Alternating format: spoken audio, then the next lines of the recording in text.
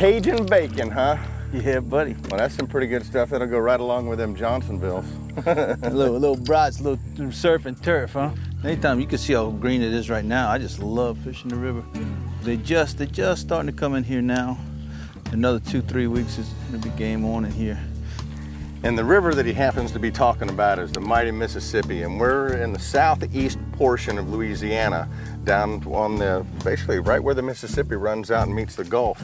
But you could catch so many species in here, you know, black bass and freshwater cats, jackerval, reds, trout, gaspagoos. A whole smorgasbord. Oh, huh? I love fishing, just drifting down the river like old Huck Finn, just kicking their booty. We'll give you a little scene set of what happened, what we're doing now. The Mother Nature kicked up a great big storm and we had to turn the cameras off and run back in and wait for it to pass. And we're just hitting a little area before we go back into the marsh to see what happens here. But, Brian said that the fishing here along the river can be absolutely outstanding at times. So we're giving it a shot. To your right there where those rocks start, there's gonna be some more rocks on the inside there. Right here? Yeah. There ought to be a fish laid right there. Well, see, that's the home turf advantage. And get on that little cut where that little rock pops out there. Yeah. I like that little spot where that water hitting. We're gonna go down that little bank and let the water just take us down. There he is right there. Let's see if somebody's with him. I'm gonna cast down on top of your fish. That was perfect. See if somebody's home with him. What is that, a striper? I don't know what it is. It's a striper.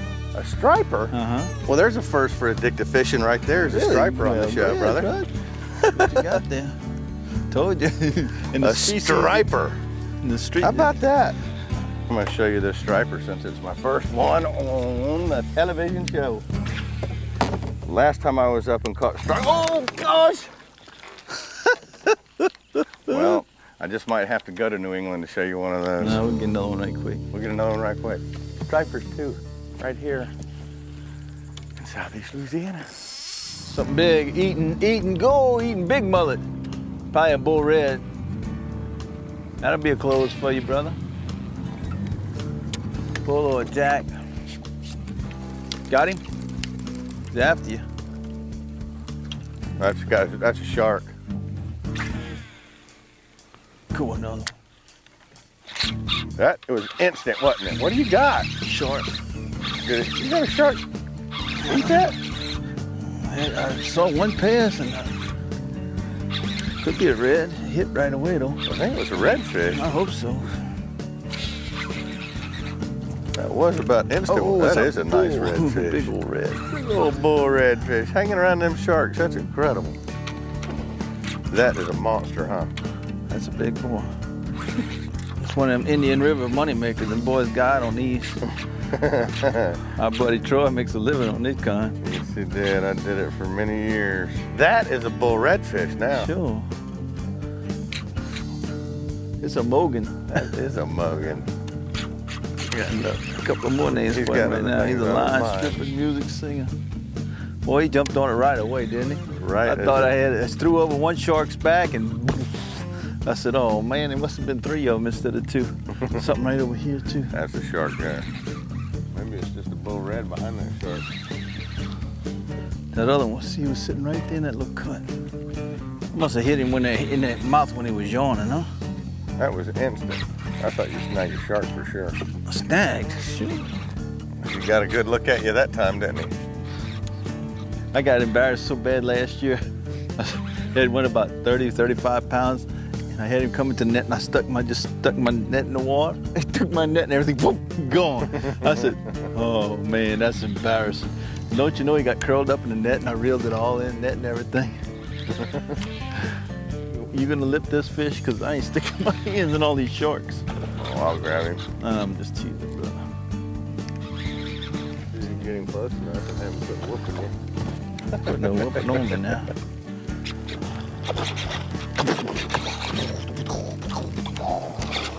All right. Let's slip him over here. No, look at that. What pound test power pro are you going on? 15. That is a fat dog there. Come here. That's a Mogan. It's one of them Mogan things? That'll classify as a Mogan. What's that hook on that side? Get him on that other side, bro. Man, these things are powerful. A Mogan, a genuine Mogan. Right on that DOA cow. Yeah, look at the belly on that thing. You got pretty spots too for big fish. Yeah, it is. That's a beautiful fish. Hey, and there's one of those. Turn around the other side, it's even more. One of those lice I was talking about right there. See, he's out here in the river.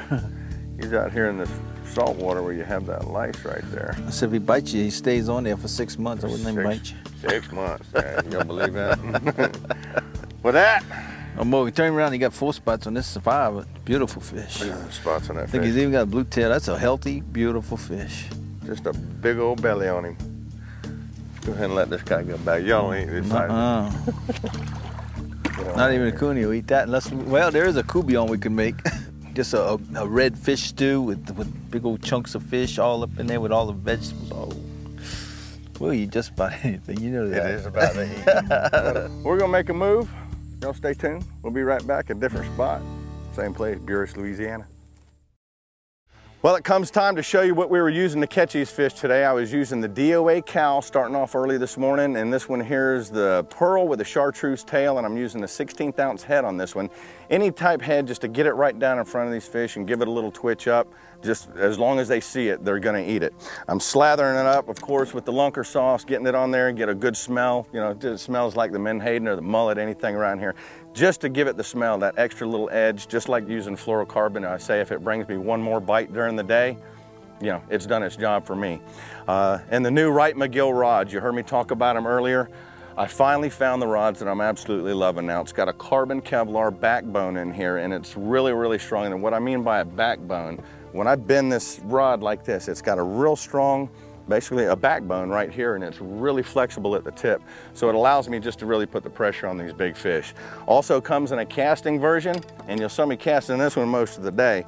We switched to the root beer colored with a chartreuse tail. Absolutely just inhaling it. Every time we put it in front of a fish, bam, you can't beat Southeast Louisiana. Using 40-pound Test Power Pro, and I like using a 65-pound Test Power Pro on here because basically it's the same diameter as a bigger, thicker line, and it casts easier when it's coming off of a casting reel. So that's basically, it's just a simple redfish rig. Smother it up with the lunker sauce, make it smell like it's natural out there, twitch it in front of their nose, and bam, you can come catch a bunch of fish down here in Louisiana. We've caught redfish, I mean, just a plethora of fish down here. Come and see for yourself, book a trip with Ryan, and you can come catch a bunch of fish. There's your bait check for today. We'll see you. We'll probably see 30 other fish before we ever get to that school. That's not a bad thing. I love how they just rise up out of nowhere. I mean, they're just, all of a sudden you're looking, nothing for a while. Because they're cruising this flat, waiting for those crabs to come on the top with the falling tide. Something's right there, Blair. Right there? Yeah, going left, Easy. Okay, there you are. Jig it, now, jig it. There he comes. Got him. He's on. Big fish. Right by the boat. Like grunting and groaning going. Yes, sir, that's gonna work. Ooh, that's a good one. You gotta love that. Especially on these new rods. Well, power pole's down, I'm gonna come on down. Look at the size of this fish. These things, I can't get over how fat these fish are, Ryan. They just sit and eat and eat and eat and eat.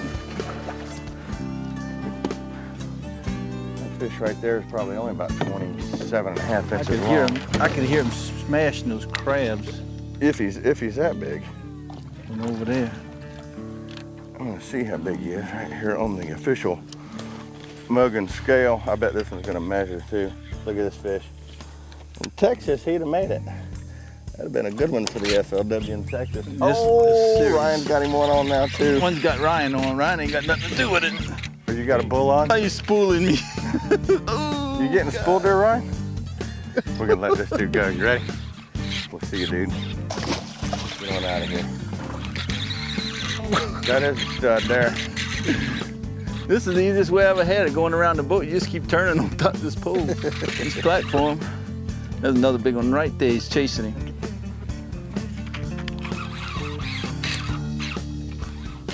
Look right there. There he is. That was him? Mm-hmm. My fish is right there, and the other one is right over there, man. Just to the right of my fish.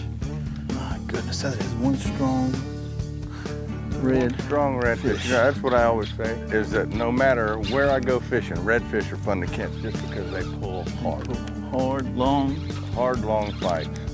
Just a perfect fish to fight. And if you're doing catch and release, they're a very hardy fish to release too. Excellent sport fish. They'll hit any bait, top water, jigs, grubs. It doesn't matter, spinner baits, anything that a bass will hit. Anybody that loves to fish bass, you want to learn how to fight big fish for your bass tournament, you come fight these. You catch them on all the same baits, and it'll teach you how to fight a big fish and what to do when you actually get one on. Just like that. There it is, Blair. He swallowed it. No doubt about that. He was wanting that one all the way down. That is a fine, fine redfish there. There. All the way down there in those crushers. And that can hurt. Now that one looks just like something out of the Indian River. You keep saying that. That fish got meat on his bones. He ain't got nothing to do with the Indian River. That's a Louisiana stud. You ever heard of Tennessee stud? They talking about horses. We got the redfish. Two spots. Whoa. 2 spots. Pretty fish. Get on out of here, dude. Slow down on. And off he disappears into that green water. Boy, look, we are surrounded by these big fish. Well, come on down. We're gonna close this show out. We're gonna head back. We're gonna eat some of these fish we got today. Taste some of that redfish, Ryan. Appreciate you coming down. Trout what? Trout Meunier. Trout Meunier. If y'all ever want to do this, Southeast Louisiana, BURAS, right on the, it's what do they call this, the boot that sticks out of Louisiana. It's right where the Mississippi River dumps into the Gulf of Mexico. Redfish galore. There's trout galore. There's sheephead. There's black drum. My first striper on the show, y'all saw that. Just absolutely a smorgasbord full of fish. And Katrina, after it hit, I was so, wondering what was going to happen to this estuary. But the estuary, I mean, it's incredible fishing. Y'all need to come down here and experience this. Plus, all the guides here, they definitely need the work, because everything from Venice all the way up to New Orleans basically is devastated, and the guides are just, they're dying for work. And you've seen the fish. The fishing's great here. Until next week, y'all come book a trip with Ryan. Cajun Fishing Adventures, you'll catch you some fish. AddictiveFishing.com, you can do it right there. We'll see you next week. Here he comes. Got him. He's on. Spots on that I think he's even got a blue tail. That's a healthy, beautiful fish. A striper. I remember my belly used to look like that.